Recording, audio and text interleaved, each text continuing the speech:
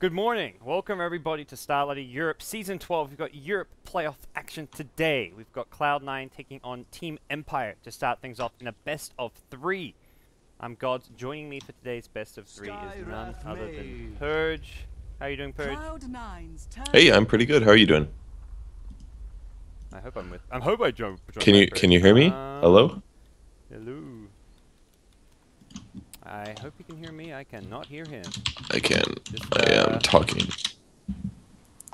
Alright, let me see. Let me double check my audio. Yeah, Apparently Purge can hear me, but I do not get him. 1 sec. 10 seconds remaining. Can you try talking again, Kevin?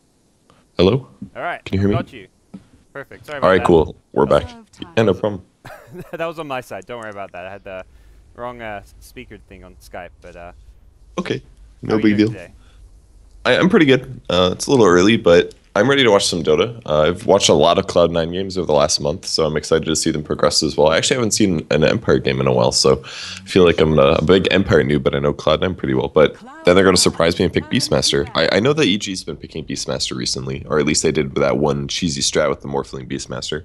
But I haven't seen Cloud9 do it in a while, though they do like Phoenix a lot. Have you seen them do Beastmaster recently? They normally run it for Fata in the mid lane, and it's really basically okay. when they don't get Zeus. So if they don't get Zeus, well, it's not always Beastmaster if they don't get Zeus, but it's one of the more picked heroes for him after. Like his 3 heroes that I think of is Zeus, Beastmaster, and Magnus that he's playing a lot of right now. Really? And occasionally I see him throwing a puck, but not super often, I guess. But yeah, I would agree with that as well. He does play. He has played a lot of Zeus in all the games that I've watched as well. I wish more people played Beastmaster mid, actually. I feel like it's a fairly strong core. It doesn't obviously have carry potential, but it's gank. Like, having a roar in a game makes such a big difference. Like, it just covers you against so many hard carries, especially against, carries that get BKBs or annoying carries like Sniper or Troll or Jug.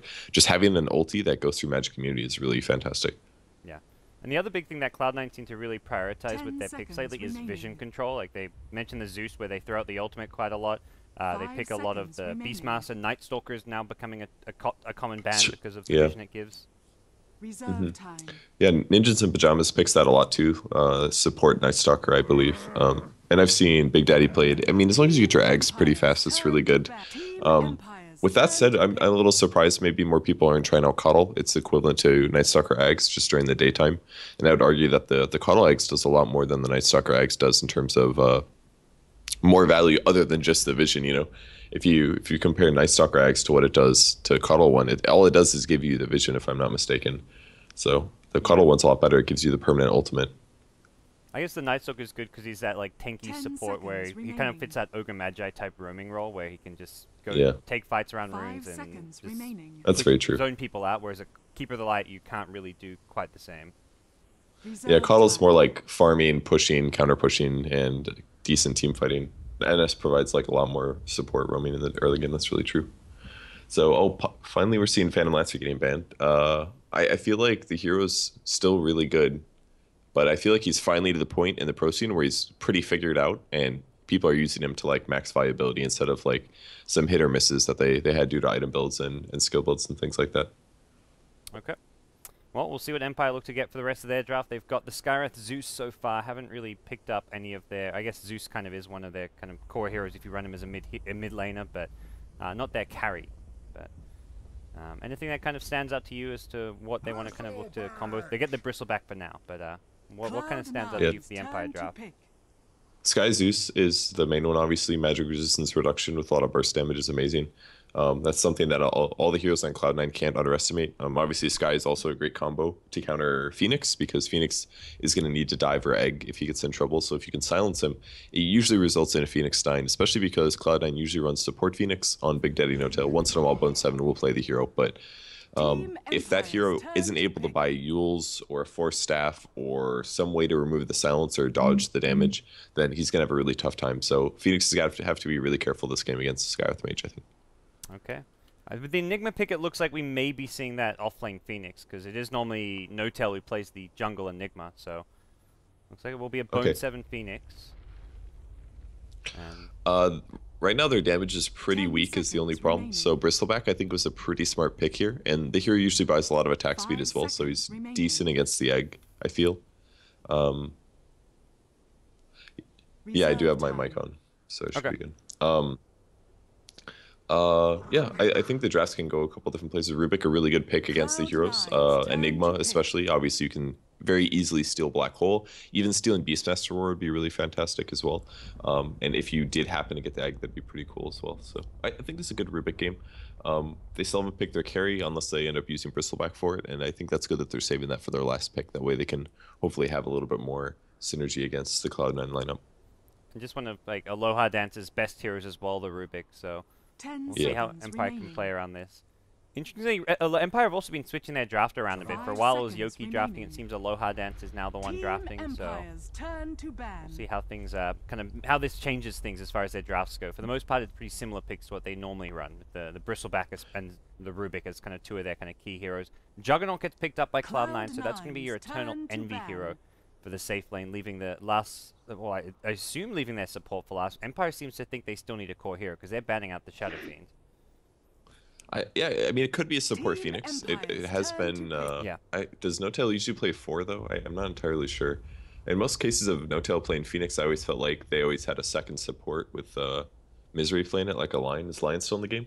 I mean, they could. I think they could go both ways, honestly. Depends on some factors that are maybe. What'll be Bristleback? We don't even know if Bristleback's the carry yet, so things are a little bit hard to predict here for Cloud9. But maybe with this last pick here, depending on what 10 team seconds Empire reveals remaining. for their lanes, they may draft accordingly to what'll give them better lane setups. Because I 5 have seen seconds C9 be remaining. completely comfortable with Phoenix support. Even a hard support, he'll get a couple levels, go into 10 some roaming, seconds things like that, and end up getting a lot of levels. So I think C9's draft could go a lot of ways. It's going to be an Empire faces Void, so it'll be a safe lane faces Void, offlane Bristleback most likely. So that means it'll be Void, Rubik, Skywrath versus a Phoenix. I feel like that's really strong, personally. If Phoenix gets silenced, he dies in a lot of ways. At least as long as the Rubik gets the lift. So I don't know if they're going to want to do a Phoenix offlane. It feels a little scary to me, personally. There's still a Batrider in the pool. They could grab a Batrider as well. There's a lot of options if they do want to go a different way. Yeah, we don't get to see the Faceless 10 Void too much, but it seconds does give them remaining. some great team fight to match what Cloud9 have. You've got the 5 Enigma with the Black Hole, the seconds remaining. Supernova, and the Beastmaster Roar, which is another great team fight spell. So it seems that Empire weren't Reserve lacking in damage with the Zeus Skywrath, but did lack that team fight control. Last Ooh. pick, Pugna. Whoa. I feel bad Coddle guy's not here because Coddle, oh man, and it's the support Pugna. Coddle has been last time I casted with him, he talked about Pugna being the hero that he felt was going to come up, and luckily I made a Pugna video recently and I played the hero like 8 times in a row in one day, and it was kind of frustrating because the hero felt very weird. And I'll just give you my thoughts on the hero. Especially as I didn't try playing him as a support, I played him as a mid, but I felt weird buying items. Aghanim Scepter ends up probably being the most useful item for the reason that it not only gives your allies HP, but if their HP is full, you can give them mana as well. And then because you have a 0 cooldown on the ultimate, then you can then regain your HP from enemy creeps. So I think Ags is maybe the way to go as a support, but the coolest interaction here is going to be 10 Decrep in seconds terms of remaining. Chronosphere. So if he sits outside the Chronosphere, he can save a lot of allies. They will 5 still take bonus seconds magical remaining. damage, but it's reduced. It only does 25% for allies, but it does 40% bonus on enemies. So I think that's how they're going to use it. And I did play one Pugna game versus Void, and it was really, really not bad at all. The Decrep Was is that really like as a spammable. support or as a core Pugna? Prepare It for was still as battle. a core, but I mean the ability is really spammable. It's a 6-second cooldown with a 3.5-second duration. Yeah. That is massive uptime for a spell that'll stop somebody from attacking. So until Void gets a BKB, unless he Chronospheres Pugna, he's gonna have a bad time. And it looks like Misery is going to abuse Pugna's stupidly fast movement speed of 320 with a really fast boots. The hero has really good, maybe not amazing base damage, but good base damage at 49. His range is 600, and he's got huge movement speed and big int gain. So he should have a lot of blasts, and we'll see him harassing a lot. Yeah, he's got a good attack animation too. It's I mean, when Yeah. you play him as a mid, it's really easy to last hit and harass with his attack animation. So he'll be doing the harass down bottom lane, it looks like. So we'll introduce the two teams here. On the Radiant side, it's going to be Cloud9. We've got Bone 7 playing the offlane Phoenix. We've got Fata going to go mid lane on the 30 Beastmaster. seconds Eternal to Envy battle. on the farming Juggernaut. Misery on the support Pugna. And that leaves Big Daddy No-Tail on the Enigma. On the Dire side, it's going to be Team Empire with Silent playing your Faceless Void. Scareth Maids in the hands of Always Want to Fly. Getting an early D ward off. That's actually a Sentry ward on... Wow. What? Oh, Sentry, no, it's an Observer ward. I'm getting it's a Radiant confused. Obs, yeah. Tried to get the denied. Doesn't happen, but... Yeah. Nobody can hit that word. It was super evasive there. So it looks like they will be able to snag the rune release for Fada here. That'll give him a really fast bottle. He's going to be able to trickle in or get the first last hit. And they Both also got bounty the runes. Radiant one, so 60% win rate. Here it comes. Well, the So rest- Enigma's jungling, of course, and it's just could be a hard support line. I guess maybe roaming a bit, but probably not for a while. Especially, you can't really gank mid too well because Beastmaster does entirely physical damage with Wild Axes. So you could blast that, but the kills on the mid lane are kind of unlikely in a lot of ways unless they combo it a bit after. There is some anti-synergy with the Pugna is the only issue I'm seeing here. Like, it works really good. The Pugna support is even better if you have a Zeus on your team, for example. So maybe they're a little unhappy about having a Beastmaster instead. I think a Zeus would be a lot better synergy. Okay. We'll see how things work out here. The rest of the Empire, we didn't finish the introductions. Yoki on the offlane Bristle, Aloha Dance on the Rubik, and is Resolution your mid laner on Zeus. So Zeus versus Beastmaster mid. The Bounty Rune Fata should do more than okay here. I imagine he'll blast it on par with the Zeus, or maybe even slightly better. Despite being a melee hero, this is going to be a pretty good matchup for your Beastmaster.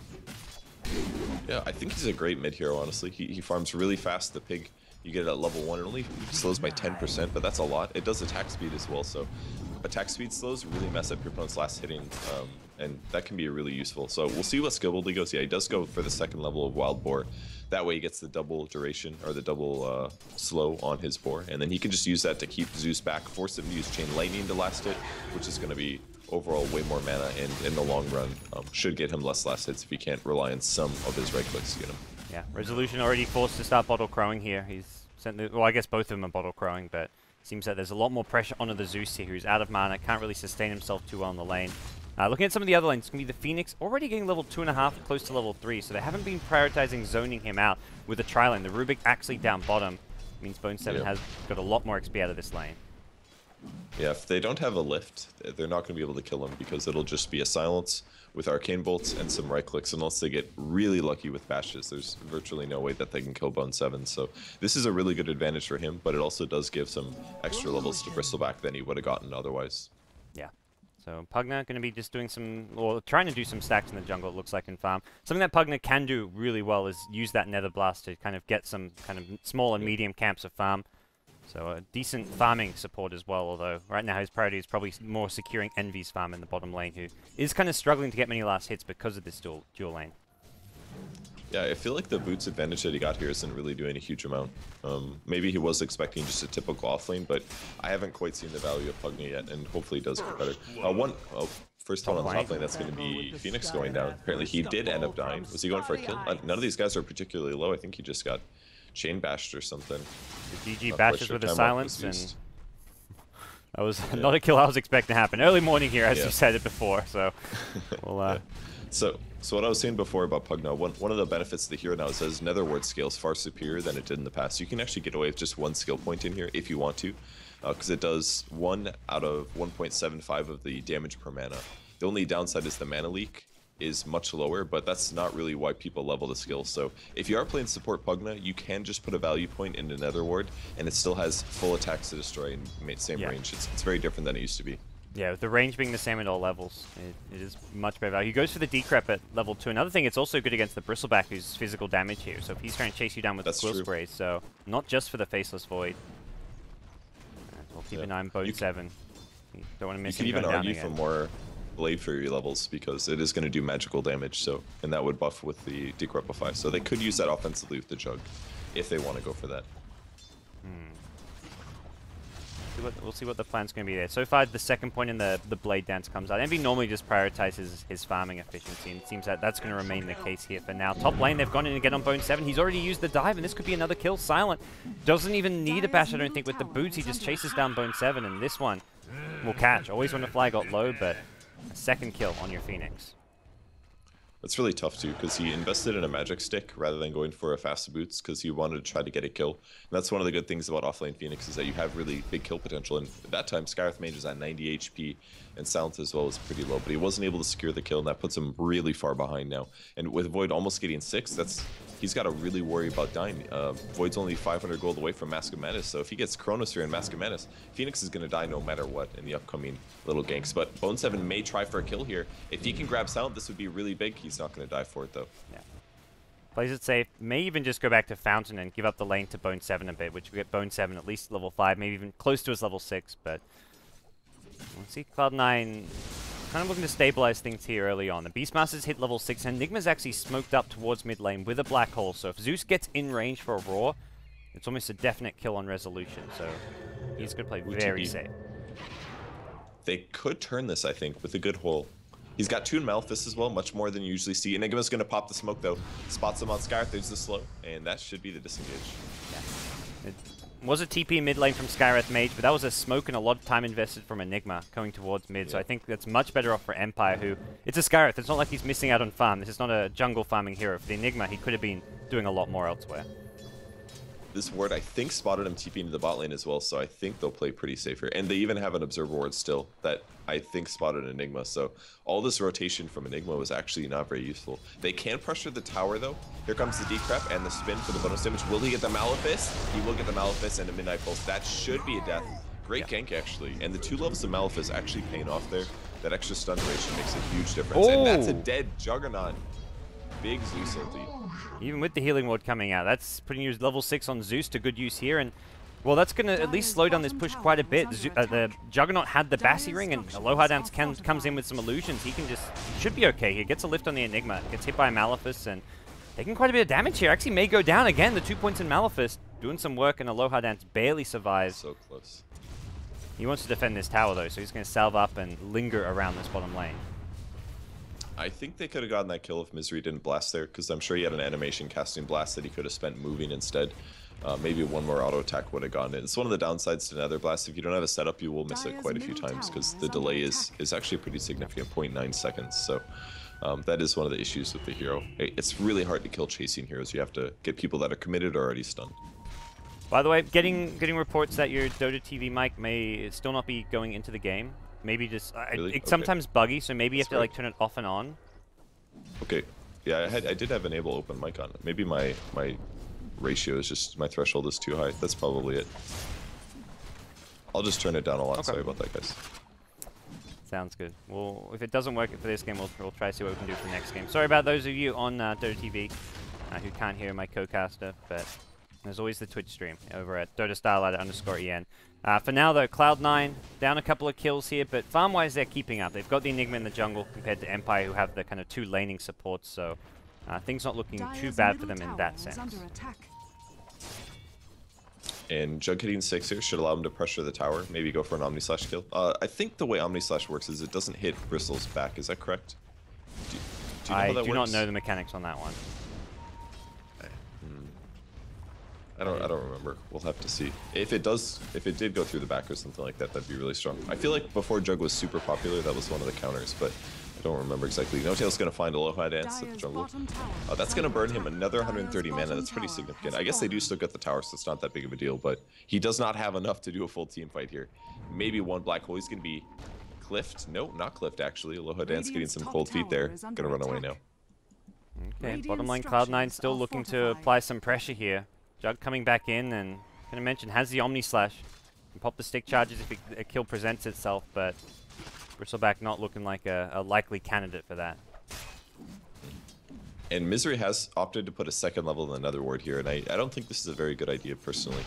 It will give him more impact overall. If you're talking about Zeus and Skyrath Mage, those heroes will literally blow themselves up if they do end up casting any spells, and your ward is maxed out, but I feel like it's going to make the hero a bit limited in a lot of ways. I don't know. I guess you could drop Nether Ward, sit back, wait for the Omni or for the Chronosphere, and decrep for value. But there's the Roar mid lane on Resolution, dive as well. There's the everything. Wow, that guy died. Bone 7 almost going down though. And they'll get the tower to follow this one, so that's well, they looks like they will. The glyph comes out, maybe not off this first creep wave. They'll have to wait for another one. Bone 7 getting pretty low, but not enough damage to bring him down. And then we see that Nether Ward being kind of pesky here. Always want to fly, wants to go for it, but I think realizes this may be a bit too kind of dangerous for him. I don't know how he killed that Nether Ward there. He did decrep it. Yeah, Must have been a. I saw that as well. I wasn't sure what to say. Okay, well, he got it. Slow, nuke on Misery. If he gets nuked, wow, that's some magic damage. Yeah, that's where you pull out the Zeus ulti with the Ancient Seal. And Fata now in trouble as well. He's got stick charges. I don't know if that's going to be enough. One more Fade Bolt in 3 seconds. Fata gets back to safety. Here comes your Blood Phoenix Seven with a wants to kill. supernova on 3. They can't kill the egg. He hit the fire spirits on everyone. They lose 2. Oh my And Resolution gosh. can't get out. He gets hit by the Triple kill. stun now. He's going to taking up fire spirits as well as the dive. And this is going to be a 3-hero swing from Bone7. Amazing Phoenix play. Triple kill That was for a him. great TP. Great kill, and that's going to catch him up so much. He was 0-2-1 a moment ago, and bam, 3-2-1. His stats look great. Hitting level 8, 3 in dive, 4 in fire spirits. His nuking is great. He actually caught both of the big range heroes, those squishy supports with the fire spirits, and their attack speed was painfully low. And then one by one, they trickled under the fire, and then Zeus was caught as well. That was a great play. Yeah, and there was once he hit that supernova, the only thing they could have done is just ran like hell on the Zeus. But the 2 supports, they were trapped. They were too close.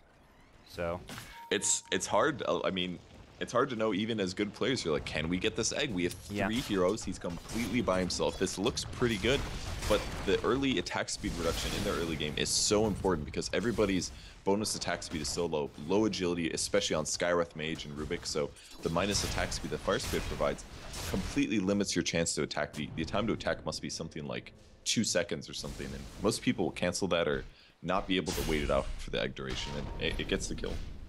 Let's see what Silent looks to do here at top lane. I haven't seen any Chronospheres come out from him just yet. Normally you see your Void kind of a bit more actively look to use that ultimate, but so far Silent has been true to his name and been fairly quiet. Has been pressuring this top lane a bit, but no real significant damage coming out on the tower. There's been a lot of Hawks sitting top actually. Zeus ult, just scouting. They're looking for kills here in the jungle, but not going to find anybody. They will put wards down. Yeah, they saw Envy, but that is not an easy kill for them to get with just these 2 heroes. I guess levels, if you get the Ancient Seal off with a Mystic Flare. They did see him TP, by the way. Yeah, where are they? Are they going to Roche with this smoke? It looks like that may be the plan. The Zeus ulti was used, maybe that's why. They said, okay, Yeah. Zeus ulti is used, they can't find us unless they walk into the camp, so we should be able to smoke in. And they will, oh actually they did lose their Hawks. This is a little scary for them, not having vision like that. It got picked off by the Skywrath Mage. But they do have the slow from the pig. It's a level 4 actually. And Fada starting things off with a Necro 3. I played this build recently and it's so strong. Necro 3 damage is very, very high. And if you get the attack speed aura, which he does Loki's have, nearby. it's good. They scouted things out from the high ground with the Zeus. They're going in. Big Egg No-Tail has a black hole. They want to finish off Roshan with Envy first, and it looks like they will do so. The Mystic Flare off the mark, and Cloud9 secure Roche. Yoki, not really a hero they want to go on despite the roll. Good Chronosphere from Silent. Catches out your Enigma and your Beastmaster, neither of which has the Aegis. A Supernova comes out from Bone7. That's going to look to knock everyone in place. The Omni Slash goes through Silent. Is he going to go down to the Pugner right like he does? Oh, Misery picks up that kill, and they want some more with Envy chasing. Has no phase boots for now. We'll get the Skywrath Mage and the low hard dance. He's low, hit by the Fire Spirit. The Sunray now as well. Envy still chasing. It's been a 3 for 2 so far, and a low hard dance says, I'm out of here. Will TP himself home. Good fight overall for Team Empire, it feels like. Yeah, I guess so. They still do have the Aegis though, so it's a 3 for 2. But they did kill the enemy's carry, and their team's carry ended up surviving. So it's a decent trade. I don't think it's too terrible here. Yeah, Void does hit his level 11 now. He's been free farming away in that top lane. Yeah. And the other breadwinner seems to be this Yoki Bristleback. Those 2 Diacore heroes both sitting at the top of the net worth chart for the time being. But Envy not far behind them. Double damage. So the way that Misery is playing this game is he's got a magic wand with an urn and a tranquil boots to boost up his very low physical armor, and then he's maxed out Nether Ward. He hasn't even gotten his life drain yet, and his purpose is just drop with Nether Ward, make it really hard for them to fight, and if they do cast spells, they take a lot of magic damage from it. But past that, his output is not very contributory, but really it's all about the Nether Wards. That's how he's trying to focus this game. Nether Ward goes down, not the best Nether Ward. They haven't been revealed yet. There's a Radiant Observer on them, so if the smoke pops and they're here, they will get spotted. Low High Dance gets seen now. Misery gonna get hit by a bolt here. They use the Zeus ultimate to get some scouting vision, but not sure if they want to chase this one. Misery getting low, has the Tranquil Boots, and Resolution, one more bolt coming soon. He's gonna get the kill on Misery. That's 1 dead on the Cloud9 side, and well, Enigma locked in place, brought down by Skywrath Mage. This is the power of the Zeus. You just know exactly where every enemy hero is in a team fight. They put way too much faith in the Nether Ward there, I felt. They push forward and they drop the Nether Ward, and they're like, we can pressure this tower, it's going to be just fine. But then Empire just auto-attacked the Ward, and that was dead. And then you had a Pugna with 2 levels in Blast and 1 in Decrep, and all he could do was run. That was it. It was not a good situation for them to be in. Yeah. Well, Empire getting some good levels across the board. Even their supports, you've got a level 8 Skywrath and a level 7 Rubik. I guess both teams getting some decent farm and levels in the kind of support roles, but it's Resolution now with 2.2k gold. Possible Blink Dagger coming up. That's going to be in the go-to build for at least Fato on his Zeus, and seems to be kind of the trendy way to play this hero. What about the Midas, man? Got to guarantee your late game Zeus farm. Midas we've seen quite a lot of as well. I like the Midas, but looks like he's going to go for the Blink for now. Okay. I've seen kind of 50-50 Midas and Blink. Okay. It's a great item. That was tower goes down. I thought we might see Juggernaut go down there, but he was going to be just fine. Mask of Mantis is finished. He's got 2k in the bank as well, so we'll most likely see a move towards Mantis style afterwards. I think that's still the item this game, right? I mean, there's no reason not to get Mantis style. Yeah, it stops Sky Silence. I think he'll definitely go Mantis still. It's the way to play. I think getting out of the Sky, I mean, that's Phoenix didn't even go for Midas this game. He went straight for the Yules just to be able to deal with the silence from Skywrath as soon as possible. Yeah. Also, if you're not inside the Chronosphere, you can Yules up the Void, so there's other kind of good applications for the Yule Scepter this game to get as soon as possible. So you don't want to delay it with the Midas. Yeah, they have pretty good Void counters this game, actually. The Pugna works, the Beastmaster works, the Phoenix with the Yules works really well. You're really right, they do have some really good ways. The Yules is a great idea, and especially because Bone 7 got that triple kill, his levels are quite a bit higher than what we normally see. His level 11 is going to be pretty delayed maybe, but the Yules is going to be the most important thing. Alright, well, we'll see what the plan's going to be. Fata smokes up with most of his team, apart from Envy. The 4 create space for Envy has been kind of the go-to every now and then for Cloud9, but they're going to actually smoke and look to back him up maybe down bottom. Will they run into the Faceless Void here? They're very close to him, but it looks like they're going to head towards the Ancients of Team Empire, pinging things out there. Ooh, actually reveals the smoke from the high ground. Oh, Silent, did he see the Pugna? Doesn't look like he's aware. He's going to time walk to the low ground, and Chronosphere on Misery. The Fire Spirits, though, will prevent Silent from getting this kill, and he's now trapped. He hasn't got mana for a time walk, can't TP, roared up, looking like a dead Faceless Void, and Empire going to not engage. That's actually one of the really good counters. If Beastmaster roars, he's got a Necro that he can drop to drain the mana, Faceless Void, and then he definitely can't jump, and then at that point, it's a free kill. Yeah. So the Beastmaster here, really good against this lineup in a lot of ways. If you do initiate on those important heroes, drain their mana and their contribution will be low. Do we have a ward down?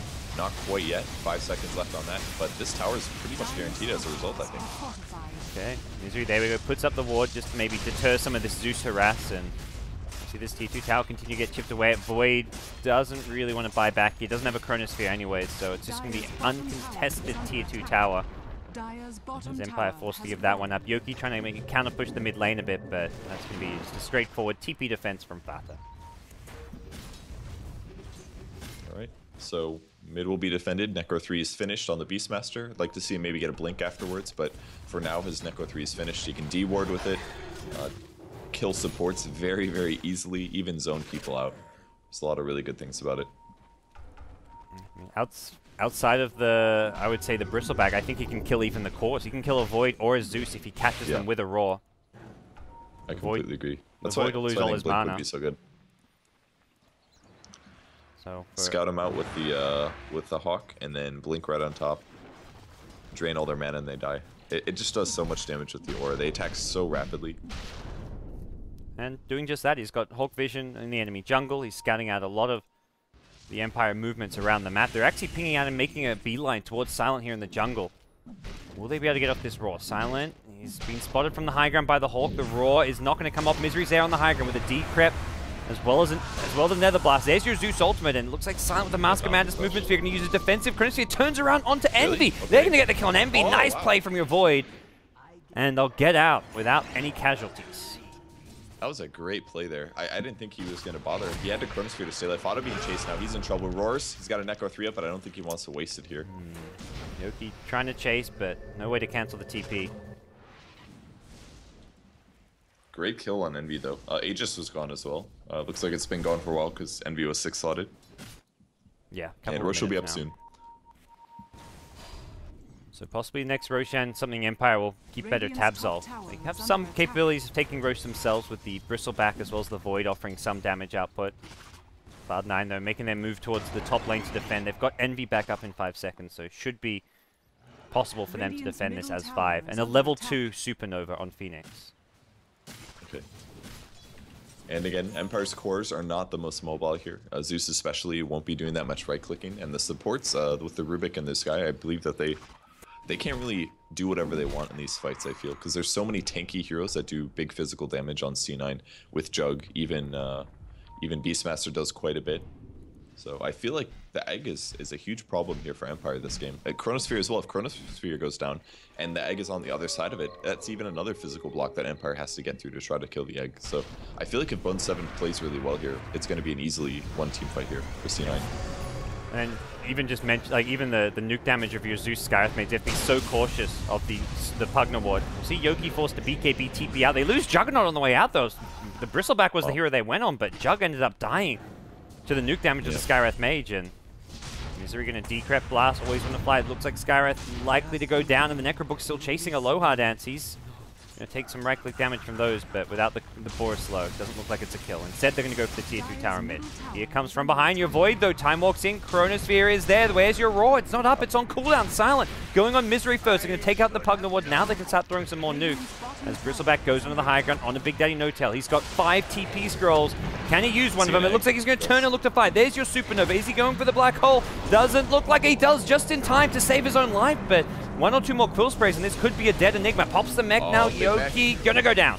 Bone 7 trying to get some counter kills here. Has a dive available, but looks like he may be out of range. Yoki bottling up is going to turn and start throwing some quills now, and here comes your Zeus. TP's in, gets used up, but Yoki gets himself another. Omni Slash will finish him off, but his job's kind of done here. Envy returning to the fight after his previous death. Silent on the high ground, looking for bashes, but he takes a lot of damage from the Mask of Madness axes. All he can do is time walk out and pray that he doesn't get picked off as well. Can they grab? Always want to fly here. Oh, he does get decrep. This should be dead here. Another ward down as well. Now he can't cast. Or he can, but almost the suicide onto the Mystic Flare. Yeah. So Pugna really paying off against the support Skywrath, the core Zeus. That's I think, and the core Void. This is the ideal support Pugna game. Every counter that you have is here. High mana casting heroes and physical damage cores that rely on a small window of duration. So pretty cool. Omni Slash. There's the Omni Slash. Aloha Dance doesn't really get too much damage done. He's gonna, well, feed away his own life there. And with the Necrobook's up, there's some buybacks here, but this tower's taking a lot of damage. No glyph available for 3 seconds. I'll have it for the melee racks if Cloud9 go for that. And, well, yep, they're gonna be forced to glyph it. And Zeus respawning suit. Cloud9 want to commit. They've got the pushing power of the Pugna as well. That's another thing we didn't really talk too much about, but a lot of push potential here. The mech coming out from Big Day No-Tail. Going to kind of keep them nice and restored here. BKB on Yoki once Sparta. Can he bring him down in time? No, he can't. Misery will go down, but they keep Beastmaster alive. That's the big hero that they don't want to lose. And Empire lose their melee racks. Yeah, that was completely worth it, especially with only losing the Pugna in that mid push, and you guarantee the racks at 22 minutes. And I'd even argue their advantage wasn't that high. They only have like a 3,000 gold advantage. The networks are very, very close, but because C9 won such a big fight so close to the enemy base, and it was led to a couple extra pickoffs, they were able to just to take a rack when they didn't really have any reason to, due to the fact that they have stupidly strong pushing with all of their aura and physical damage. Well, now they throw in a pipe, so this is going to get even more difficult for heroes like Skywrath and Zeus to get damage done in these fights. It's one of those things where even when Empire can kill the Pugna Ward, like that last fight, Void got off a good Chronosphere and his teammates could kill the Pugna Ward, but they had to kill the Pugna Ward before they could throw damage in the Chronosphere. Skywrath didn't want to Mystic Flare. Zeus didn't want to throw out spells until the Pugna Ward was dead, so it just delayed the damage output of Team Empire. So even when the Pugna Ward's dying, it's still acting as a big distraction for Team Empire. I kind of feel like it's worth it for, at least during a Chronosphere, to pick off heroes, just spend the mana and take the nuke on Skywrath Mage, for example, and then try to retreat. It might be worth it because, I mean, it's just hard to find in a C9's draft. It's so synergistic. Even if Pugna or all the other heroes were dead, all they needed was an Enigma and a Phoenix, and the amount of teamfight damage that they can do is ridiculous with all the Supernova Egg and the refresh basic skills that you can throw out a second time. It was just way too much damage, and Envy finally respawning as well allowed them to clean up. Like it's hard to fight the fights here for Empire. They almost need to do a lot of smoke ganks or something because their team fight is definitely inferior. It feels like if Bone 7 plays a team fight well, there's almost zero chance of the Supernova dying, especially now with the Blink Dagger. Yeah. He can really position this Supernova well, make sure he hits the Fire Spirits on the necessary heroes. The main scary one is going to probably be a BKB Bristleback, but Here come Empire. You mentioned Smoke Gang going to run right into Big Daddy No-Tails on the high ground with a black hole on 4. They cancel it with the Zeus Blink, but the damage has been done. The Supernova catches everyone inside a Chronosphere. It's a disaster for Empire. They've lost 3. It's going to be 4 with Yoki going down, and Zeus just runs the hell out of there. What a play. They knew that was coming. They must have saw him smoke or suspected it or something, but even without the full duration black hole, that was still completely worth it there. They even are going to use up the Zeus. Can they get a kill? He's going to TP out. Fada can't stop him though. But even with the small duration on the black hole, what a big hole out of No-Tail there. Allows his team to set up, gives him the half second, 1 second to get into position. And then the panic Chronosphere from Silent just secured it. And that they walked into it too. About 2 of the Empire heroes walked into that one. And that was just... Does that just end the game? I mean, I feel like the Chronosphere guaranteed the team fight loss, but I mean, that was still looking bad even without the big Chronosphere. He even got the Midnight Pulse off before the black hole. Like having a max level Midnight Pulse off, with just that small duration on the black hole was more than enough, because everyone was caught in the Chronosphere under the Midnight Pulse still. Underneath now the bottom lane of Rax, it looks like Cloud9 looked to secure game 1. Melee Rax down to 100 HP, no glyph available. Everybody getting zoned out. The Sunray from Bone 7. He's played an incredible game on this Phoenix, despite the bad laning stage. And well, that's a second lane of Rax, and always want to fly on this Skyreth Mage. 7 HP, gets back to the Fountain. What is Spada doing over here? I think he was watching his Necro book. He almost could have killed the Skyreth at the Fountain, but... Oh, okay. Maybe he wanted to buy boost. Yeah, he must have been mismicroing. There's no reason that in this level of a game that you'd be like, yeah, I'm going to buy boots of travel. It's okay. And that he does buy one, actually. Boots of travel, a good Beastmaster pickup, because anywhere that you have a pet, you can TP, blink, and ulti, and potentially kill somebody. He's almost 16 as well, so full duration war coming up in a second. Okay. So Cloud9, they've got 2 lanes of Rax, still have Aegis on Eternal Envy. They can just go for that last lane fairly soon if they want to. Got a lot of pushing power. The Pugna, Enigma going for a pipe, which is also an unconventional item for your Enigma. It's great when you're going for this early push, but I mean, pipe as an item itself is probably one of the least bought items in competitive Dota these days, despite teams picking lots of heroes like Zeus. It's a really good point. It's kind of a different way to play Enigma. You either play the I get a blink and I jump in on 5 of you, or you play the I'm super tanky, so you focusing me is scary, because if you don't kill me in your burst duration, I'm going to black hole 5 heroes because you're all jumping on top of me. And it's just really good for pushing as well. Like you said, there's lots of Zeus damage, there's lots of Skywrath damage. Even Face's Void does large components of magical. If he Chronospheres, his bashes are magical and they do double damage, so even having a pipe against that hero is pretty useful. So Enigma's survivability is way higher with this. If the only thing that he's a little squishy to, in my opinion, is Bristleback. Yeah. Bristleback was doing well in the last for a couple fights, but now it feels like just the BKB may not cut it. He's kind of needs that next big item on top of this, perhaps. Fata on the one side of the map by himself, maybe looking for some pickoff with this Necro 3, but needs to be careful not to get caught out.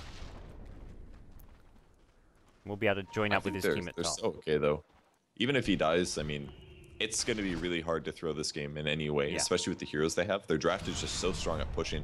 He's going to spot a Sky, he'll disjoint the projectile, and knows where the heroes are, immediately is going to come top, and they should be able to finish off the Rax here. It's all going to come down to a Chronosphere, though. If they can get a big Chronosphere, Empire can definitely still win this fight, especially with the big AoE damage that they've got, but they have to deal with Nether Wards, they have to deal with eggs, they have to deal with counter black holes, mechs, pipes. There's just a lot that they have to deal with here to take a good fight. It's going to be tough. Well, we'll see the push coming. It looks like they're just going to look to brute force this one. Fata's got the Necro 3 ready. Misery still has that Pugna Nether Ward, which he is going to put just outside of the base. This makes it a lot harder to come in and fight. From behind, Empire looking to go for a flank here. Maybe looking to prioritize Big Daddy No-Tail. Fata gets silenced. Mystic Flare off the mark, kind of. An Enigma lifted up, does not get off the black hole. Fata still alive a little bit longer. Big Daddy No-Tail, is he going to die in this Chronosphere? You betcha. That's the big Chronosphere they're looking for. And Omnislash does come out with a Supernova. That may turn things around. Empire just barely keep their Faces Void alive. Stolen Omnislash from a low hard dance. He's going to get one, but he won't get the second. Misery stays alive, and that one kill he got was an Aegis Eternal Envy. Onto the high ground we go. It may have been a good Chronosphere, but it doesn't feel like it's going to be enough. That was a great Chronosphere. It's exactly what they needed this game. They're going to maybe... Nope, nice blink there from Bone7. That was his Yules. Great fight from Empire, though. That was exactly what they needed to do. They started off the fight with Beastmaster getting killed. They didn't use Chronosphere for it. They used Chronosphere to kill the Enigma. A great Omnislash from Jug, cleaning things up really heavily. Decrep comes. Misery's getting some heal, but he's in a bit of trouble. Aloha Stolen Dance doing Decrep himself. It's okay against Jug. It's not amazing, but it's okay.